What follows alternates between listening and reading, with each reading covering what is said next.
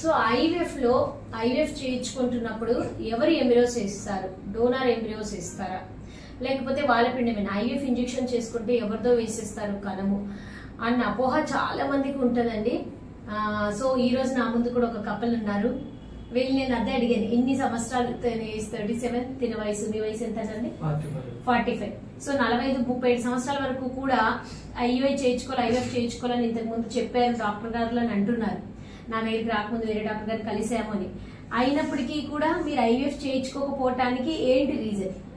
అదండి అపోహలు అంటే అది మనే కాదు, వేరే వాళ్ళు ఎక్కిస్తారు. సో ఎగ్జాక్ట్ గా ఇది నేను వీళ్ళ నుంచి వింటున్న ఆన్సర్ కాదండి, చాలా మంది నుంచి నేను విన్నాను అనమాట. సో ఐవీఎఫ్ అంటే వేరే కణం ఎక్కిచ్చేస్తారు, వేరే పిండం వేసేస్తారు. సో ఆ బిడ్డ మంది కాదు, ఇంజెక్షన్ అంటే అదేదో వేరేది చేసేస్తారు. ఏమీ లేదండి, ఇదంతా అపోహ. ఒరిజినల్ ఫ్యాక్ట్ ఏంటంటే వీళ్ళ గుడ్డే తీసుకుంటాం. ఏ పేషెంట్ ఎగ్ అయితే వాళ్ళదే తీసుకుంటాం, ఏ పేషెంట్ స్పర్మ్ అయితే వాళ్ళ దాంతోనే తీసుకుంటాం. ఆ బేబీనే తయారు చేసి వేస్తాం.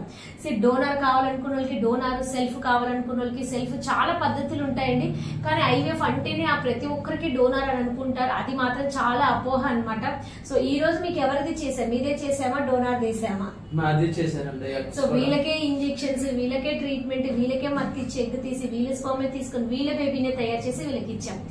సో ఐవీఎఫ్ అంటే డోనారే కాదండి. డెఫినెట్ గా ఫస్ట్ సెల్ఫే ట్రై చేస్తాం. అవ్వకపోతే అప్పుడు డోనార్ సజెస్ట్ చేస్తారు ఏ సెంటర్ అయినా. సో ఐవీఎఫ్ అంటే ఏదో డోనార్ బేబీ వేస్తారని చెప్పి భయపడద్దండి. డాక్టర్ ఒకవేళ మీకు ఐవీఎఫ్ సజెస్ట్ చేస్తే టైం వేస్ట్ చేసుకోకుండా చేసుకోండి. Thank you.